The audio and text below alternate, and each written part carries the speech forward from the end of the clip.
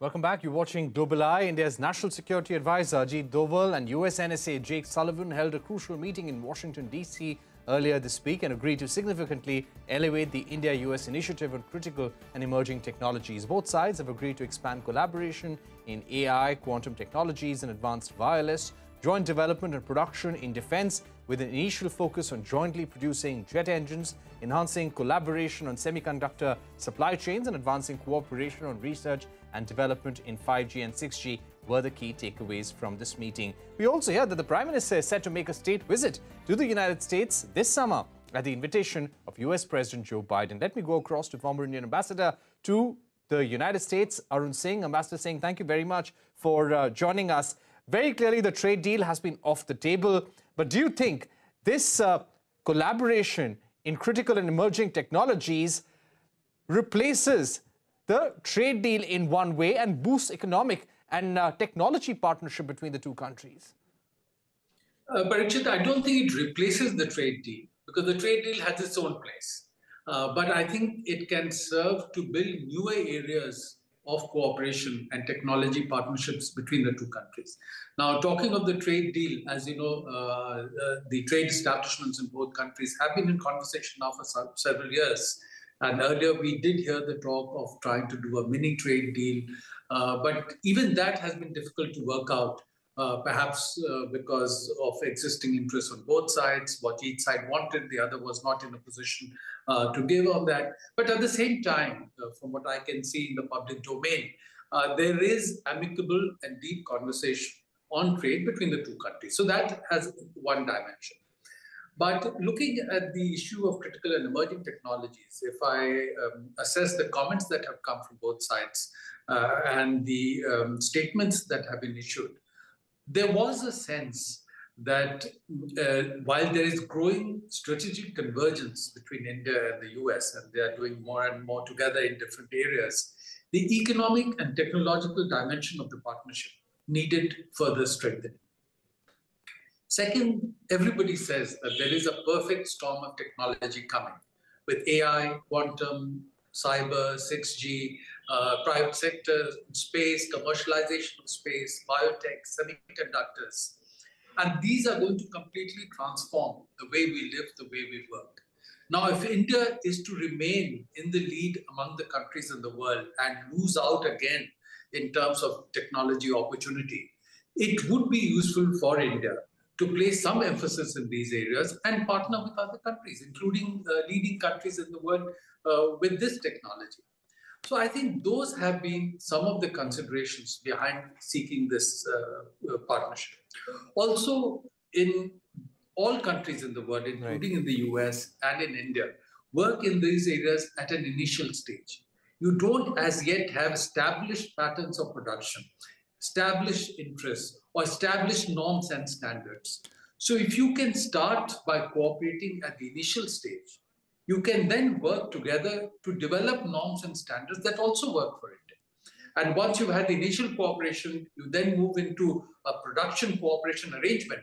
Then you can look at what kind of trading arrangement that works for both of you. So you can then do away with some of the challenges that you faced at the moment.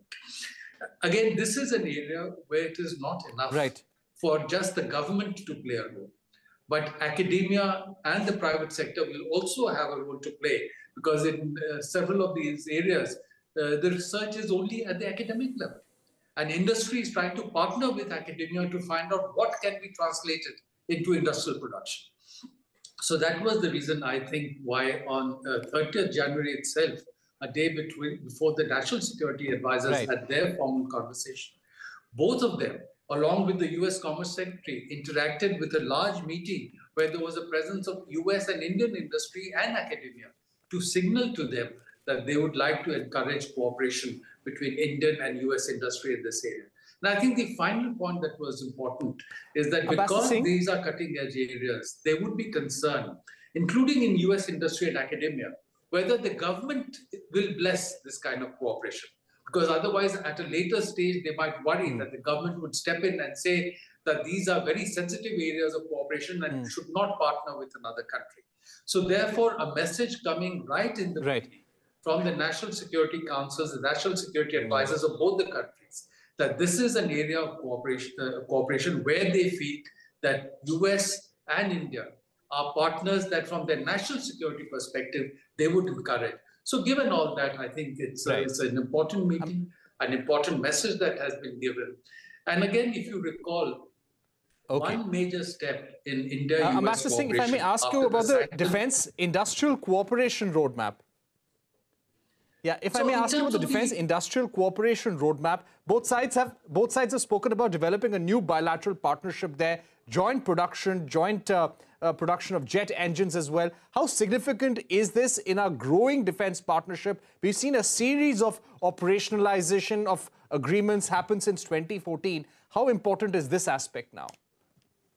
So defence cooperation is certainly a growing area of cooperation between India and the US. Now, till 2008, when we had done the Civil Nuclear Cooperation Agreement with the US, India had hardly bought any defense supplies from the US. By now, we have contracted to buy more than $20 billion worth of defense supplies from the US. Now, if you look at, for example, military exercises, the US does more military exercises with India than with any other country outside NATO. And India does more military exercises with the US than with any other country. And you have army exercises, navy exercises, air force exercises, tri-services exercises, special forces exercises. So you're building capability and capacity with that. And also India has done a series of what are called foundational agreements in terms of logistics support, communication security, in terms of sharing geospatial information. So defense cooperation potential is certainly building up, but where it has been lagging so far in terms of partnership in defense technology. And I think a message is sought to be sent through this meeting, and a reference there with the potential for partnership, not yet formalized, because clearance is still awaited from the US, potential for partnership in jet engine technology. If that goes through, then certainly it will take the defense technology partnership to another level. But the very fact that the US has signaled that they have received an application and they will try and process it on an expedited basis is an important message, but I hope they are able to allow that cooperation to go ahead. If they do it, it will be important. Right. Ambassador Singh, the other big question, both sides have called this the next big thing in India-US ties. President Biden, while describing this meeting, has said that this will pave the way for democratizing technology, the technology environment.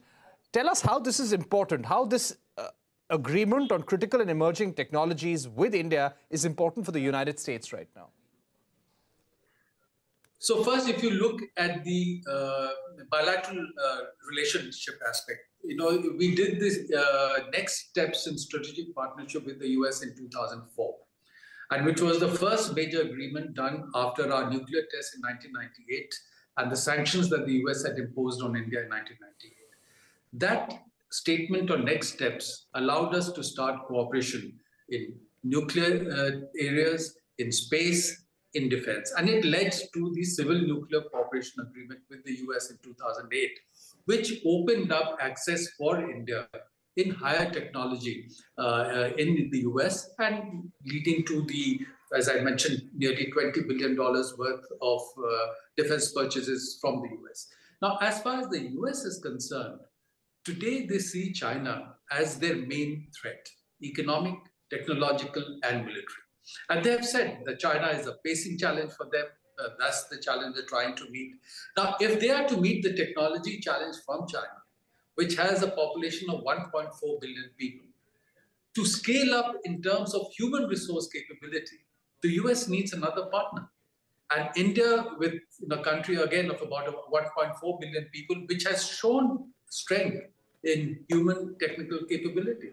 If you look at the US, number of H-1B visa holders from India, people working in tech industries, CEOs of leading companies in the US of Indian origin, a large amount of R&D work being done in India for US companies. So they see India as a country that has the potential for being a partner for the US, which would be useful for the US for itself in meeting the China challenge. So that's the advantage from their point of view. And of course, from India's point of view, this kind of cooperation will enable us to leverage partnership in higher technology areas where work is also starting in India, and it will be of benefit to India. Right. We've run out of time, but thank you very much, Ambassador Arun Singh, for putting that visit in perspective for our viewers. And let's see what happens when Prime Minister Modi visits the United States to meet President Joe Biden. And we will perhaps see the operationalization of some of the steps mentioned in the joint statement by both sides. Thank you very much for joining us. With that, it's a wrap on this edition of Global Eye. Thanks for watching. Goodbye.